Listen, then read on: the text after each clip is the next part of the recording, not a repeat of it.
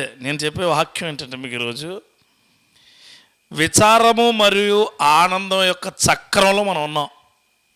ఆ చక్రాన్ని తిప్పుతున్నాం దేవుడికి స్తోత్రం కలుగునుగాక. గుర్తుపెట్టుకోండి, మీకు ఇక్కడ ఈరోజు రెండు వచనాల్లో ఉన్న మాటలు నేను చెప్దామని ఆశపడుచున్నాను. యాత్రా కీర్తనలో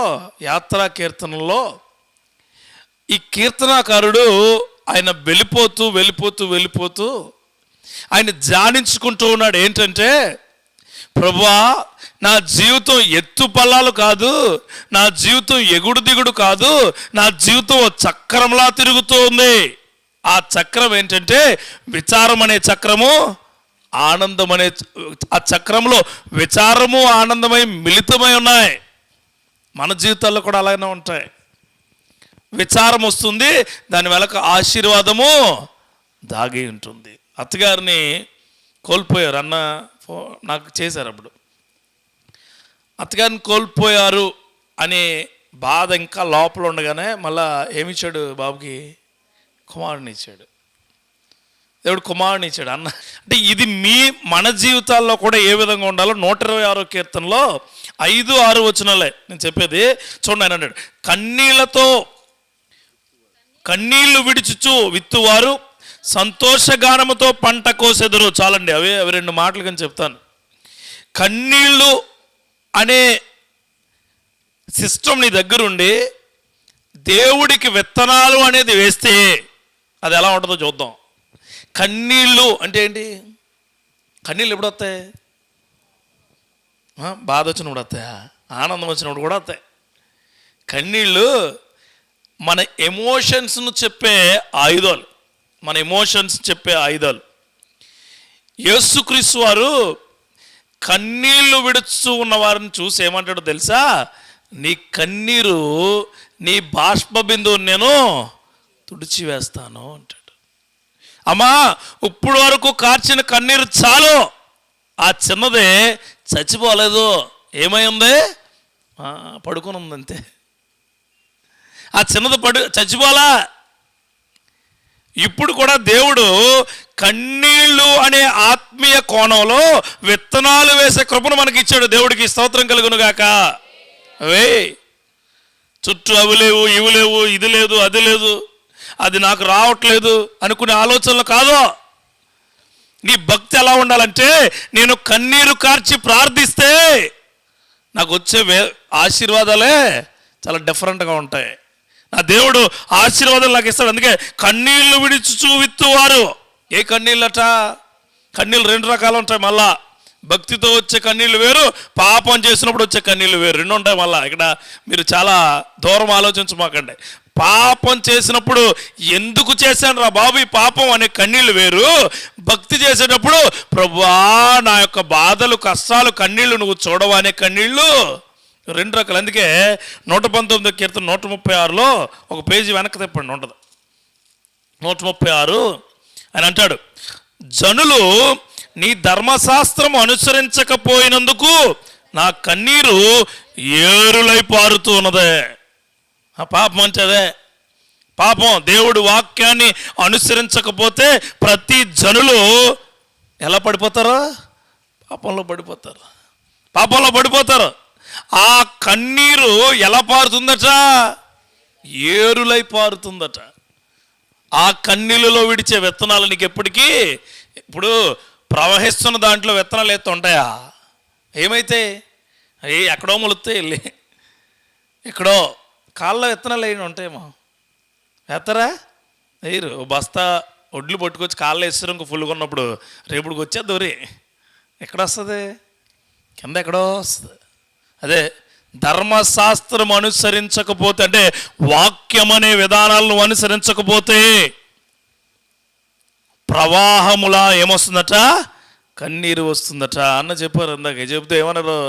వాక్యాన్ని ప్రతిరోజు చదివి ధ్యానించాలి. హల్లెలూయా. ఆ క్రియలు ఉండాలి. సంఘాల్లో కానీ ఇక్కడ కానీ ఎక్కడైనా చెప్పే మాట అదే. నేను అందుకే చెప్తున్నాను, నీ కన్నీళ్లతో విత్తనాలు నువ్వు విత్తుతూ ఉన్నదే, అది నీ పాప స్వభావంతో విత్తుతున్నావా? అది నీ రక్షణ భాగ్యం కొరకు విత్తుతున్నావా? రోజు తమ్ముడు చెప్తూ చుక్క రాలేదు, కానీ కన్నీళ్ళని చాలా ఒకటి తెలుసా, ఏడుపును ఆపుకోవడం చాలా కష్టం. చెబుతున్నప్పుడు వాటర్ పడలేదు చూసారా, చూడరు మీరు ఆ మాటలే. అమ్మో ఎంత బాధ వచ్చేసిందో, ఎంత కష్టం వచ్చేసిందో బావుకి. మనిషి మాట్లాడుతున్నప్పుడట ఆ మాట యొక్క విలువతో పాటు అతని ఎమోషన్స్ కూడా చూడాలట. దేవుడికి స్తోత్రం, హల్లెలూయా. అవి చూస్తేనే చాలా గొప్పగా ఉంటుందండి. ఎలా చెప్తున్నానంటే ఈ మాట నేను బైబిల్ నుంచి చెప్తున్నాను, బయట నుంచి కాదు, బైబిల్ నుంచి. ఏమంటాడు తెలుసా, ధోనిలో కూర్చుని తెడ్డేస్తుంటే ఇలా చూసేటట ఎవరో పేతురు, లోపలికి వెళ్ళవా, లోపలికి వెళ్ళవా, ఇంకా లోపలికి వెళ్ళి నువ్వు ఎప్పుడు వలేస్తావో అలాగేస్తావో అలాగే అనడా అనేసాక వల లాగుతున్నప్పుడు ఈ బరువుని, అంటే ఈ ఎమోషనల్లో ఈ వెయిట్ని లాగలేక ఎవరిని పిలిచాడు? బైబిల్ చాలా జాగ్రత్తగా మనం చదివితే ఆయనకి అర్థమవుతుంది. అంటే పరకాయ ప్రవేశం అంటారు తెలుసా. పరకాయ ప్రవేశం అంటే ఏంటి? క్యారెక్టర్ను ఓన్ చేసుకోవడం. ఇప్పుడు ఇంగ్లీష్లో చెప్తాను, క్యారెక్టర్ను ఓన్ చేసుకోవడం అంటే తెలుసా? తెలుస్తే మీకు. బత్షెబా కోసం చదివితే బత్షెబా హృదయం నీలో ఉందేమో అని చెప్పి భయంతో చదవాలి. సంసోనులా ఒకవేళ ఆ వాక్యం నువ్వు చదువుతున్నప్పుడు అయ్యి బాబాయ్ నేను సంసోన్ అయిపోతానేమో అని చదివితే నీకు ఆయన గొప్ప పాఠాలు నేర్పిస్తాడో. ఈ లోకంలో ఉన్న ప్రతి విషయాన్ని నువ్వు ఓన్ చేసుకుందాం అనుకుంటావు, నువ్వు కావాలనుకుంటావు, దగ్గరికి తీసుకోవాలనుకుంటావు, అలా నేను ఉండాలనుకుంటావు. కానీ వాక్యం అనే విధానాల్లో మాత్రం నీ దగ్గరికి తీసుకోలేను అనే మనసు నీకుంటే ఈ మాటలు నీతోనే మాట్లాడుతున్నాయి. తీసుకో ఆయన అంటున్నాడు, కన్నీళ్లు విడిచుచు విత్తువారు. తర్వాత మాట్లాడదాం. తర్వాత అసలు నువ్వు కన్నీళ్లు విడుచు విత్తే విత్తనాలు నీ దగ్గర ఉన్నాయా? అలా విత్తనాలు అంటే ఏంటి? విత్తనాలు ప్రార్థనతో ప్రాధేయపడే మాటలు, దేవుడికి స్తోత్రం ఉండాలి నీ దగ్గర. చాలామంది ప్రార్థన చేస్తారు, కన్నీళ్ళు వచ్చేస్తాయి, అన్నీ బాగుంటాయి, ప్రార్థన గది ఉంటుంది, మోకాళ్ళు వేస్తారు, గట్టి గట్టిగా అరుస్తారు, వాళ్ళ దగ్గర ఏముండవు? విత్తనాలు ఉండవు. ఏ విత్తనాలు? మాటలు ఉండాలా. నువ్వు నాకు మైక్ ఇచ్చారు కదా, ఇప్పుడు నాకు మైక్ ఇచ్చారు అన్న, ఇలా ఒక అన్న టైం చెప్పుడు, ఆ టైం వరకు ఇలా పట్టుకుని ఉన్నాను అనుకోండి, మీరు ఏం చేస్తారు? అదే వినోద్ అంటే కొద్ది అభిమానం ఉంది కాబట్టి కాసేపు చూస్తారు, కాసేపు అయిపోయిన తర్వాత రా వెళ్ళిపోతాం అని పిల్లలు లాక్కి వెళ్ళిపోతారు, పెద్దోళ్ళు అయిపోతారు. ఏంటి అలా సైలెంట్గా ఉండిపోయినా? నీ ప్రార్థనలు చాలా ఎలా ఉన్నాయంటే ఇలాగ ఉన్నాయి. నీ కన్నీళ్ళు ఉన్నాయి, నీకు బలంగా ప్రార్థన చేయాలని ఆశ ఉంది, మోకాళ్ళు వేయాలని ఆశ ఉంది, అన్నీ చేస్తున్నావు, కానీ నీ దగ్గర ఏమి లేవట? విత్తనాలు ఉండాలి. ఆ విత్తనాలు నీలో ఉంటే అప్పుడు నేను చెప్పే మాట వస్తుంది నీకు.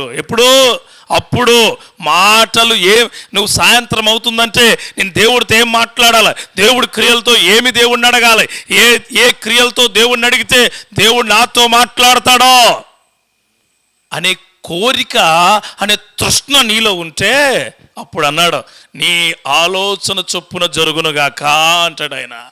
నువ్వు ఆలోచించింది ప్రతిదీ నీకు అనుకూలంగా దేవుడిచ్చునుగాక అంటాడు. ఆమేన్.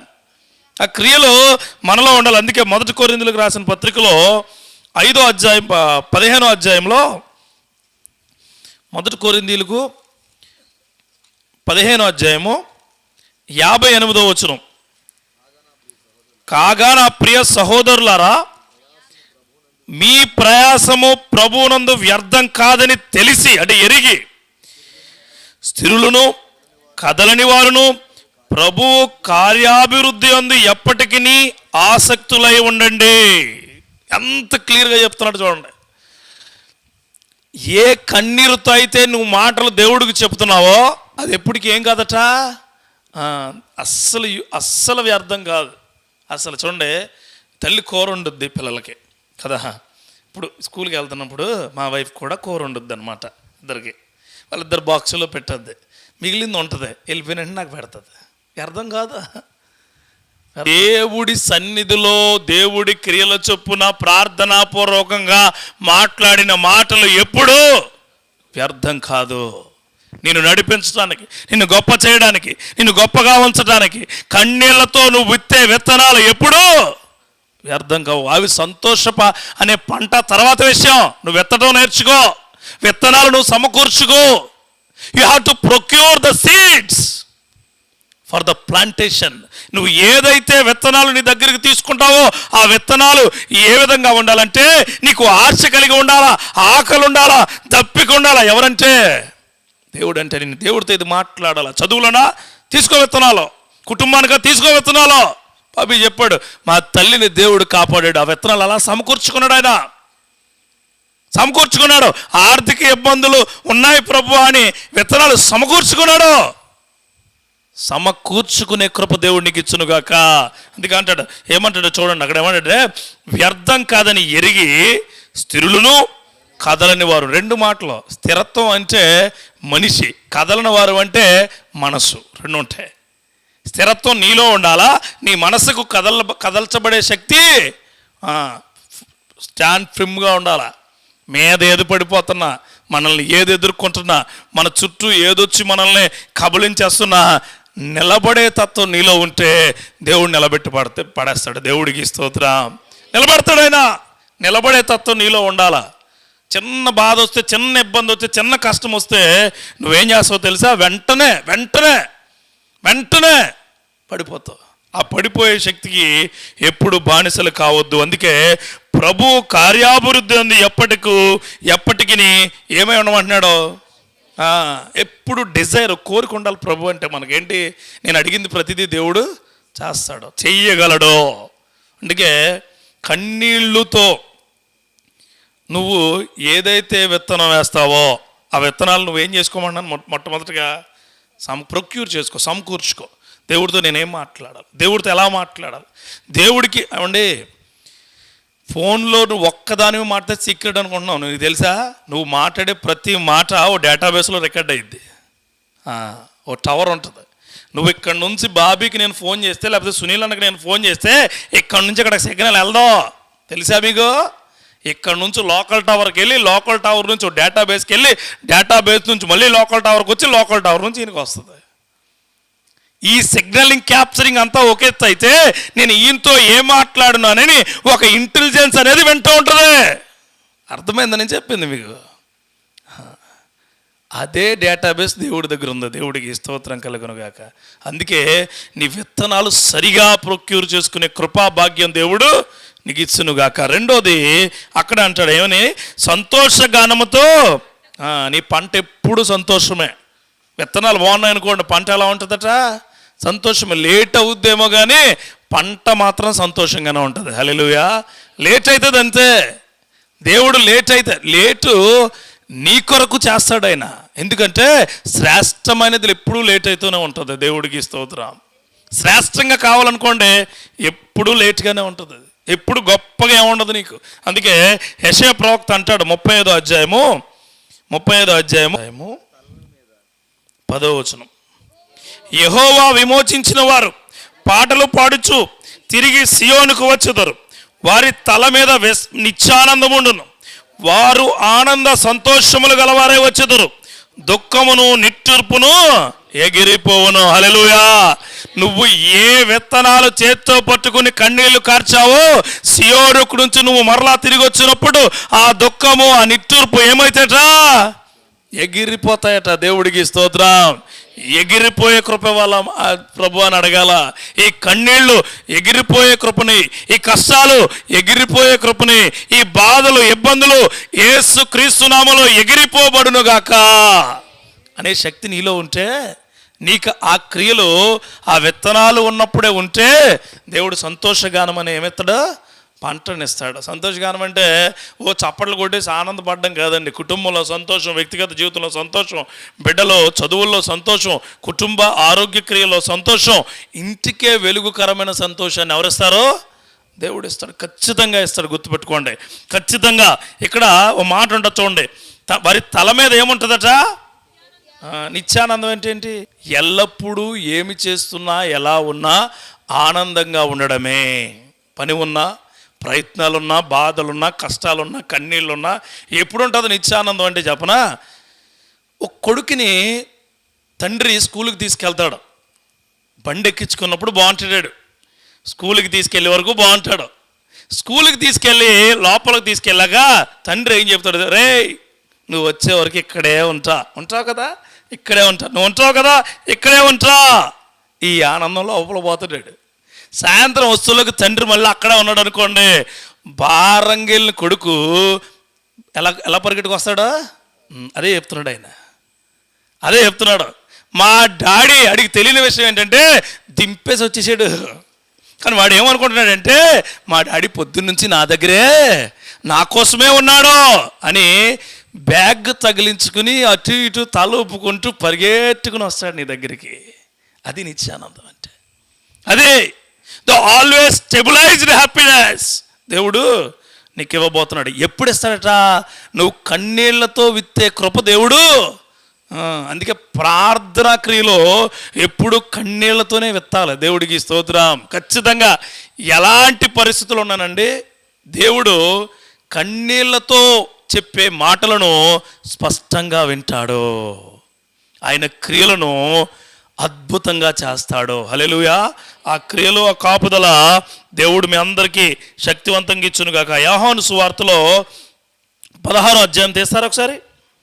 16వ అధ్యాయము 20వ వచనం నుంచి ఒకసారి చదవండి. 20 నుంచి. మీరు ఏడ్చి ప్రాలాపింతురు గాని లోకము సంతోషించును, మీరు దుఃఖింతురు గాని మీ దుఃఖము సంతోషమగునని మీతో చెప్పుచున్నాను. స్త్రీ ఇక్కడ చాలా బెస్ట్ ఎగ్జాంపుల్ చెప్తాడు. బెస్ట్ ఎగ్జాంపుల్ అనమాట. చూడండి, స్త్రీ ప్రసవించినప్పుడు ఆమె గడియ వచ్చును గనుక ఆమె వేదన పడును. అయితే శిశువు పుట్టగానే లోకమందు నరుడొకడు పుట్టెను. సంతోషము చేత ఆమె ఆ వేదన మరి జ్ఞాపకం చేసుకొనదు. అటువలే మీరును ఇప్పుడు దుఃఖపడుచున్నారు కానీ మిమ్మల్ని మరలా చూచెదను, అప్పుడు మీ హృదయము సంతోషించును, మీ సంతోషము ఎవడు మీ యొద్ద నుండి తీసివేయడో. ఎలాగా? విత్తనాలు వేసినప్పుడు ఏ కన్నీళ్లతో దేవుడిని అడుగుతున్నావో, నీకు సంతోషగానం చేసినప్పుడు నీకు వచ్చే సంతోషం నీలోంచి ఎవడో తీయలేడట. నువ్వు ఆర్టిఫిషియల్ సంతోషాన్ని కొనుక్కు తెచ్చుకుంటున్నావు. చుట్టాలందరూ వస్తే సంతోషం, నీకు ఫ్రెండ్స్ మాట్లాడితే సంతోషం, ఫ్రెండ్స్తో కాసేపు బీచ్కి వెళ్తే సంతోషం, అందరితోనే సరదాగా ఉంటే సంతోషం. మనిషి అందరిలో ఉన్నప్పుడు, అందరితో ఉన్నప్పుడు మనిషి కాదండి. ఒంటరిగా ఉన్నప్పుడు మనిషి ఏంటో వాడికి తెలుస్తుంది. అందుకే వారిలో ఒంటరైన వాడు 1000 మంది అగును అన్నాడు దేవుడు. ఎందుకో తెలుసా? నువ్వు ఒంటరి అనుకుంటున్నావేమో, నీ వెనక 1000 మంది నుంచి చూడు. నీ వెనక నేను I build you with 1000 persons behind you అంటాడు ఆయన. ఏమన్నాడు తెలుసా? నేను 1000 మందిగా కన్స్ట్రక్ట్ చేశాను. అందుకే ప్రతి మనిషి ప్రతి మనిషి దుఃఖించినప్పుడు, బాధపడినప్పుడు అండి లోకం చాలా సంతోషిస్తుంది తెలుసా. మన దగ్గరికి వచ్చి లోకం అంటే ఎవరు? వాళ్ళ మనుషులే నీ దగ్గరికి వచ్చారు. అయ్యో అలా జరిగిందా, నీకే ఇన్ని కష్టాలా, అమ్మ బాబోయ్ ఎలా తట్టుకుంటున్నావు అని రోడ్డు దాటగానే తెగ తిప్పేసుకునేది భూమి మీద నిలబడిదేంటి అనే మాటలు నీకు కూడా వచ్చి ఉంటాయి చాలాసార్లు. ఒకవేళ అలే మాటలు నువ్వు కూడా ఉంటావు, నీకే చెప్తున్నాడు ఆయన. నీకే చెప్తున్నాడు. నువ్వు ఏడ్చినప్పుడు, నువ్వు ప్రాలాపించినప్పుడు, నువ్వు దుఃఖించినప్పుడు ఈ లోకము నిన్ను చూసి సంతోషిస్తుంది. కానీ ఆ సంతోషాన్ని నేను సంతోషగానంగా చేయబోతున్నాను. ఏ లోకమైతే నిన్ను నీ దుఃఖంలో సంతోషం చూసిందో ఆ సంతోషం నీకు గొప్పగా ఇవ్వబోతున్నాను. ఎలాగో తెలుసా? స్త్రీ ప్రసవ వేదన పడినప్పుడు ఆ దుఃఖం ఉంటుంది. ఆ బిడ్డ బయటకు వచ్చాక ఆశీర్వాదాన్ని చూసి ఆ స్త్రీ ఆ బాధని మర్చిపోయి ఆనందంగా ఉంటుంది. నేను ఆనందాన్ని ఇస్తున్నాను. తల్లితో పోల్చాడు దేవుడు. గర్భం కలిగిన వ్యక్తితో దేవుడు ఎవరిని పోల్చాడండి? మన సంతోషాన్ని పోల్చాడు. హల్లెలూయా. ఆ క్రియలు దేవుడు తప్ప ఇంకెవరు ఇవ్వలేరండి. అందుకే చెప్తున్నాను. రెండో మాట ఏంటంటే, నీ పంట ఎప్పుడు సంతోషంగా ఉంటుంది. నువ్వు ఎలా విత్తితే అది. మీకు రెఫరెన్స్లతో సహా చెప్పాను, గుర్తుపెట్టుకోండి.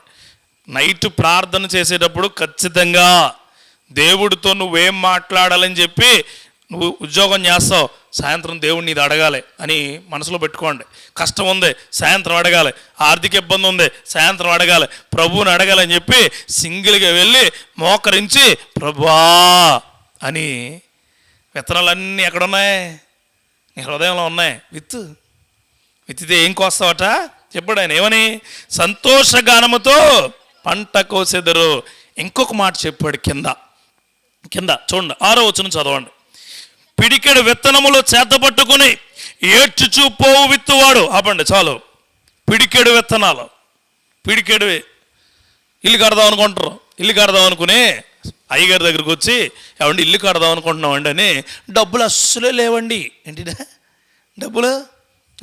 నీ దగ్గర ఎంత ఉంటే అంత మొదలుపెట్టు, దేవుడు పూర్తి చేయగలదు. ఆమెన్. ఆయన ఏమన్నాడు తెలుసా? బొబ్బాస్కాయ అంత విశ్వాసం అడగలా, గుమ్ముడికాయ అంత విశ్వాసం అడగలే, పెద్ద తాటికాయ అంత విశ్వాసం అడగలే, నువ్వు బెలూన్ ఊతావు కదా పెద్ద పెద్ద పారాచూట్ లాంటి విశ్వాసం అడగలా. ఏమడిగాడో తెలుసా? కంటికి కనిపించని, కింద పడిపోతే దొరకని, అసలు నువ్వు ఊహించుకోలేని ఆవగింజంత విశ్వాసం ఇమ్మని అడిగాడు ఆమె దేవుడు. ఏ విశ్వాసం అడిగాడు? ఆవగింజంత ఇస్తే నేను ఆ విశ్వాసంతో కొండ అసలు కొండకి ఆవగింజకి పోలుకుందా? కనపడదు మనకి. అది ఉండాలి మనకి. ఎప్పుడైతే ఆ ఆవగింజ అంటే విశ్వాసంతో కొండ అక్కడి నుంచి వెళ్ళిపోమంటే వెళ్ళిపోద్దట, కొండ వెళ్ళిపోద్దట. మనం అదే జ్వరం వచ్చేస్తుంది అనమాట. జ్వరం వచ్చిన వెంటనే ఫీవర్ వచ్చిందా, డెంగ్యూ ఏమో, వెంటనే మలేరియా ఏమో, అమ్మో పొరపాటుని బ్లడ్ కానీ ముక్కులోంచో చెవులోంచో ఎక్కడి నుంచో క్యాన్సర్ ఏమో, నాకు క్యాన్సరే. వేడి చేసో జలుబు చేసో మా డాక్టర్ గారు ఉన్నారు ఇక్కడ, ఎలాగోలా అని కొద్దో గొప్ప ఏదో ఒకటి వస్తుంది. పదే ఆకలేసేసిన షుగర్ కానీ వచ్చేసింది నాకు. నువ్వు అనుకోవడం ఏంటి? ఆరోగ్యం ఇచ్చేవాడు నేనే, స్వస్థత చేయవాడును నేనే, నా బాహుబలముతో మీ ఆరోగ్యము కలగజేయవాడును నేనే అంటున్నాడు ఆయన. నేనే. పెద్ద పెద్ద దొంతర్ల కబుర్లు చెప్పే వ్యక్తిత్వంలో కూడా నేను బాగు చేస్తానని ఎవడో చెప్పలేదు తెలుసా మీకు? మీరు అది ఏదని అనుకోండి, what ever it may be, ఏదని అనుకోండి. ఎవరు చెప్పారు తెలుసా? నువ్వు నేను సేవిస్తున్న దేవుడు చెప్పాడు. హల్లెలూయా. నేనే. I'm the one, I'm for you, I'm die for you, I will live for you, I will care for you అన్నాడు. హల్లెలూయా. నీ కొరకు చచ్చిపోతానన్నాడు, నీ కొరకు నిలబడతానన్నాడు, నిన్ను నడిపిస్తానన్నాడు, నిన్ను గొప్ప చేస్తానన్నాడు, నువ్వు ఎక్కడ ఉంటే అక్కడ నేను ఉంటానన్నాడు. హల్లెలూయా. అందుకే పిడికిడి ఏ విత్తనాలు ఉండాలి? ముందేమన్నాడు ఆయన? కన్నీళ్లతో విత్తనాలు. రెండోది పిడికిడి. ఏ పనైనా మొదలెట్టండి మీరు. హల్లెలూయా. కానీ దేవుడిచ్చే సంపదతో మొదలెట్టండి. హల్లెలూయా. దేవుడిచ్చే క్రియలతో మొదలెట్టండి. పిడికిడి విత్తనములైనను చేత పట్టుకుని ఏడ్చుచూపో విత్తువాడు. చాలా తర్వాత మాట. ముందు పిడికిడి విత్తనాలు పట్టుకుని ఏడ్చే కృప కావాలి. ఎలాగో తెలుసా? చెప్తాను చూడండి. ఎలాగంటే, మంచిగా చదువుకున్నాడు వీడు. చదువుకుంటే చిన్న ఉద్యోగం వచ్చింది. చిన్న ఉద్యోగం, ఒక 5,000 శాలరీ అన్నమాట. ఉద్యోగం వచ్చిందని ఆనందపడక, నా చదువు అంత ఉంది, ఇది ఇచ్చావా నాకు, ఇది ఇచ్చా. ఎవరినే? దేవుణ్ణి. ఉద్యోగం తిట్టడు, ఇదా అలా కాదు. ఏమన్నా తెలుసా? నా చదువుతో సంబంధం లేదయా, నాకు ఉద్యోగంతో సంబంధం లేదు, నేను బ్రతికే స్థితిని నాకు కలగజేస్తావు. హల్లెలూయా. అది పిడికిడ విత్తనాలంటే. ఏడుస్తూ నాకు ఎప్పుడు గొప్పస్తావు, ఎప్పుడు గొప్ప చేస్తావు, నా జీవితంలో గొప్ప ఉద్యోగాన్ని, గొప్ప వ్యాపారాన్ని, గొప్ప పంటను, గొప్ప సంపదను ఎప్పుడు ఇస్తావు అని అడిగి కృప దేవుడికి ఇచ్చునుగాక. తమ్ముడు కానీ కుటుంబాన్ని కానీ ఎవరికైనా, మీలో ఎవరైనా పంట వేసారనుకోండి, ఇక్కడ ఎంత అయితే పండిందంటే ఎకరం ఎంత పండింది? చాలా తక్కువ. ఎంత చాలా తక్కువ. అంత పండినా దేవుడిచ్చిన పంటే. దేవుడికి స్తోత్రం. దాంట్లో దేవుడిని గొప్ప కృపనిస్తాడో. ఆ పిడికిడి విత్తనాలు ఏడ్చుచూ విత్తువాడు. ఏడ్చుచు మళ్ళీ ఏడడంలో ఇక్కడ 2 రకాలు ఉంటాయి. ఎలాగంటే, ఇదేనా, ఇది కాదు ప్రభువా, అందరికీ ఏమి ఇచ్చావు నాకు అనవసరం, నాకు ఇదే ఇచ్చావు, థ్యాంక్ యూ లార్డ్, ఇదే ఇచ్చావు నాకు ఇచ్చిందే చాలా, నాకు ఇచ్చిందే చాలు, నాకు వచ్చిందే చాలు, నువ్వు సమకూర్చిందే చాలు. ఇక్కడ మీకు మాట చెప్పాలా, యెషయా గ్రంథంలో 9వ అధ్యాయము తీయండి, ఒక 5 మినిట్స్లో ముగిస్తాను, కంగారు పడద్దు. 9వ అధ్యాయంలో 3వ వచనం చదవండి. నీవు జనమును విస్తరింప చేయుచున్నావు, వారి సంతోషమును వృద్ధిపరుచున్నావు. అక్కడి నుంచి కావాలి నాకు. కోతకాలమున మనుషులు సంతోషించినట్లు, దోపుడు సొమ్ము పంచుకుని వారు సంతోషించినట్లు వారిని సన్నిధిని సంతోషించుతున్నారు.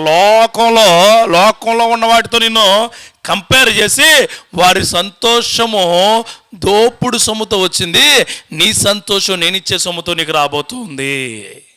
దేవుడు చెప్తున్నాడు అది. అందుకే ఉద్యోగం చిన్నదా పెద్దదా అనకంటే దేవుడిచ్చింది మహిమపరుస్తాడు. వ్యాపారం చిన్నదా పెద్దని చూడమాకండి, దేవుడిచ్చింది గొప్ప చేస్తాడు. ఎవరైనా ఏ క్రియలను చేస్తుంటే ఇదేనా అని చూడమాకండి. దేవుడు ఇచ్చింది నువ్వు సమృద్ధిగా చూస్తే ఇంకొక గొప్ప కృప చెబుతాడు చివరిలో.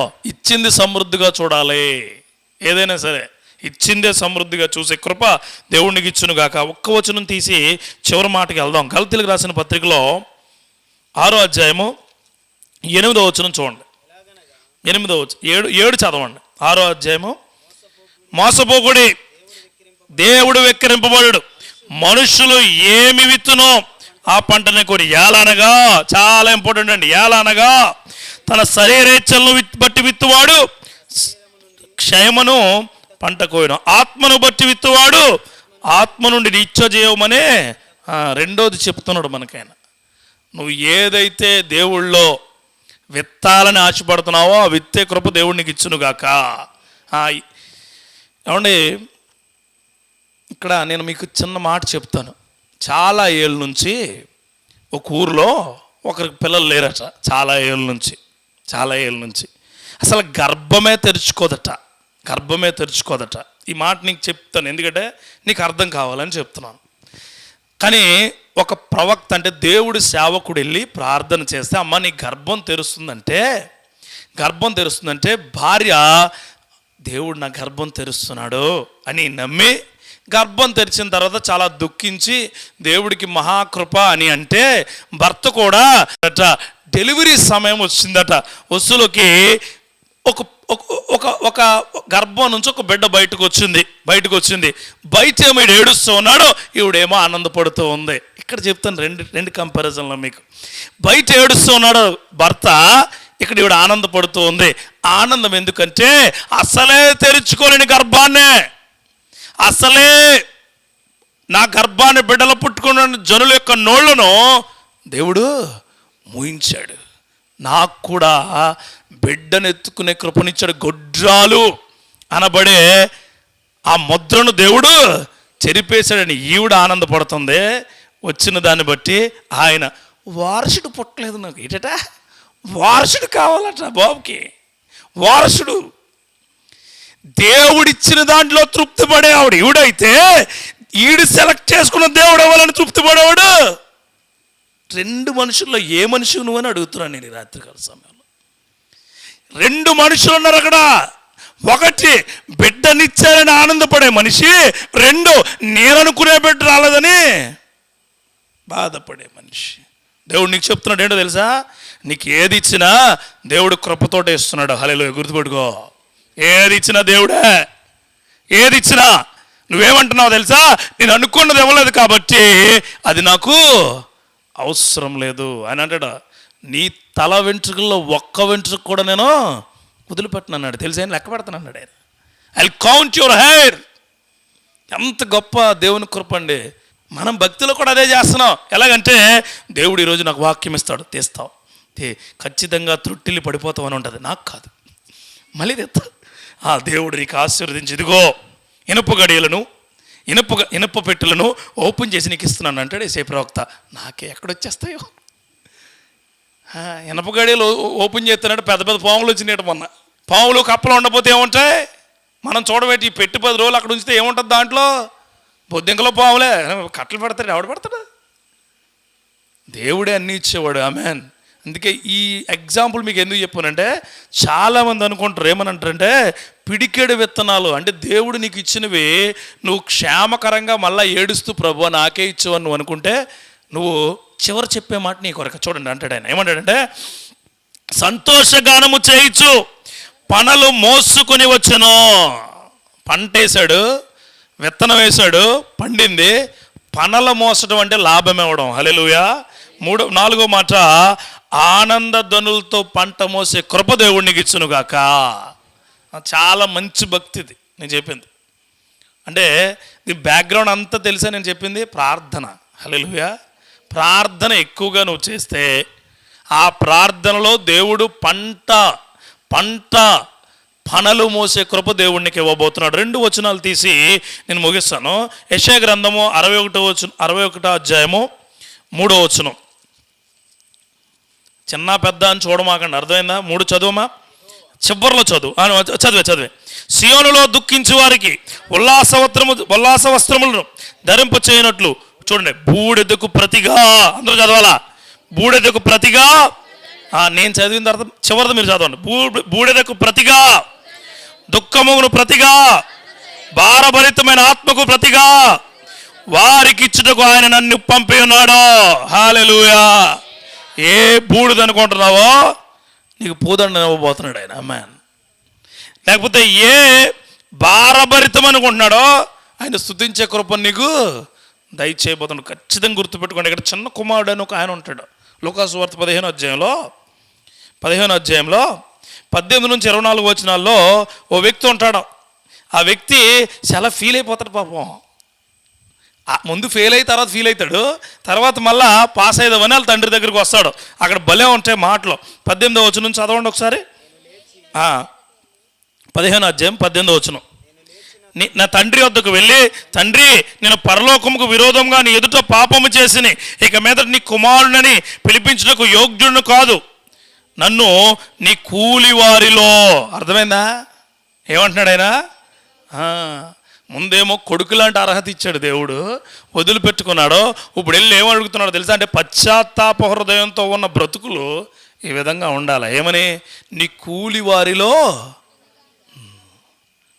అలాంటి ప్రార్థనా జీవితం నీకు ఉంటే దేవుడు పనలు మోసుకెళ్ళే కృప నీకు ఇస్తాడు. హల్లెలూయా. పనలు మోసుకెళ్ళడం అంటే ఏంటో తెలుసా? అత్యద్భుతమైన లాభకరమైన జీవితాన్ని దేవుడు నీకు ఇవ్వడం, మహిమకరమైన జీవితం. 24వ వచనం చదివి ముగిస్తాను. నిజండి, ఈ నా కుమారుడు చనిపోయి మరలా బ్రతికెను, తప్పిపోయి దొరికినని చెప్పాను. అంతటా వారు సంతోషింపసాగిరి. ఆడు ఎక్కడికి తిరుగుతాడో తెలుసా? అన్నం తింటాక ఎక్కడ అడు వెండి కంచాల్లో తినేవాడు బాబు. మంచి మంచి శ్రేష్టమైన ఇచ్చేవాడు వాళ్ళ నాన్న. నాది నాకు ఇచ్చేయి అని వెళ్ళిపోయి ఎక్కడ తిన్నాడు తెలుసా అన్నం? ఎక్కడ? అది పందుల దొడ్లో అన్నం తినడం కాదు, పందులు తినే పొట్టునే. అప్పుడు పశ్చాత్తాపం వచ్చింది, అప్పుడు వెండిగిని గుర్తొచ్చింది, అప్పుడు తండ్రి ప్రేమ గుర్తొచ్చింది, అప్పుడు తండ్రి ఎలా ఉంచాడో గుర్తొచ్చింది. అప్పుడు ఆయన తిరిగి వచ్చి అంటున్నాడు, వెళ్ళిపోదాం అనుకున్న సమయంలో అంటున్నాడు ఏంటో తెలుసా? తండ్రి దగ్గర కూలివాడిగా అయినా బ్రతుకుతాను. మనం దేవుడి దగ్గర పశ్చాత్తాపడిన హృదయం ఏమడగాలి తెలుసా? అయ్యా మీ దగ్గర మీ పాదదాసిగా అయినా మేము బ్రతుకుతాం. నా బ్రతుకును చూసారయ్యా, నా క్రియలను చూశారు, నా యొక్క ప్రతి బ్రతుకును మీరు చూశారు ప్రభువా. మేము పనలు మోసే కృపను మాకు దయచేయండి అని నువ్వు అడిగితే ఆ దేవుడు ఎంత ఆనందపడతాడు. తండ్రి ఏం చేశాడు? తప్పిపోయాడు, దొరికాడు, చచ్చిపోయాడు అనుకున్నాను, బ్రతికాడు అని సంతోషముతో ఆనందముతో భోజనాలు పెట్టి చూడండి అందరికీ. ఆమేన్. దేవుడు మనకు చెబుతూ ఉన్నాడు మాట, నువ్వు ఏ విత్తనాలైతే ఏడుస్తూ దేవునితో చెబుతావో సంతోషగానం అనే పంటను కోయబోతూ ఉన్నావు. నీకు దేవుడు ఏ విత్తనాలైతే ఇచ్చాడో అది పట్టుకుని ఏడ్చుచూ విత్తితే దేవుడు సంతోష పనలు కోసే కృపను నీకు దయచేయబోతున్నాడు. గట్టిగా గుర్తుపెట్టుకోండి, నేను చెప్పిందంతా ప్రార్థన కొరకే. నీకు ఏదొచ్చింది, అది వచ్చిందా, ఇది వచ్చిందా, ఇంకోటి వచ్చిందా అని చూడమాకండి. దేవుడు ఏది ఇస్తే అది దేవుడు ఏది ఇచ్చినా గొప్పేనండి. మోషేకి ఏమి ఇచ్చాడు? కర్ర ఇచ్చాడు అంతే. కర్ర ఇచ్చి కింద పడేయమన్నాడు. పాము అయింది, పట్టుకో అన్నాడు. ఏమైంది? మళ్ళా కర్ర అయింది. అంటే అప్పుడు మోషే అనుకున్నాడు, కర్రలో లేదు, ఆయన మాటలో ఉంది. ఆమేన్. నీకు ఇచ్చిన దాంట్లో ఉండదా, ఆయన చెప్పిన దాంట్లో ఉంటుంది. హల్లెలూయా. వడిసి ఇచ్చాడు, అన్నీ కొట్టాడు. వడిసి ఏం చేయండి రా బాబు అంటే ఆడొత్తడు. చూసావా, అడుగు ఎవడో కొట్టలేకపోతున్నాడండి, నువ్వు కొట్టు అంతే. వడిసిచ్చి, ఆ వడిసికి బలాన్ని ఇచ్చి, ఆ వడిసికి విలువిచ్చి దావీదుకు శక్తినిచ్చాడు దేవుడు. హల్లెలూయా. ఈరోజు నీ జీవితంలో కూడా చేయబోతున్నాడు, గుర్తుపెట్టుకోండి. నీ ప్రార్థన మాటలు చేర్చుకుని మోకరించి ఏడుస్తూ విత్తనం వేస్తే నువ్వేం కోయబోతున్నావు? సంతోషం అనే పంట కోయబోతూ ఉన్నావు. నీకు ఇచ్చిన దాన్ని బట్టి దేవుణ్ణి కృతజ్ఞతాస్తుతులతో మరలా వెతితే పనులను నువ్వు తీసుకెళ్ళబోతున్నావు. ఆ కృప మహిమ దేవుడు మీ అందరికీ దయచేయను గాక.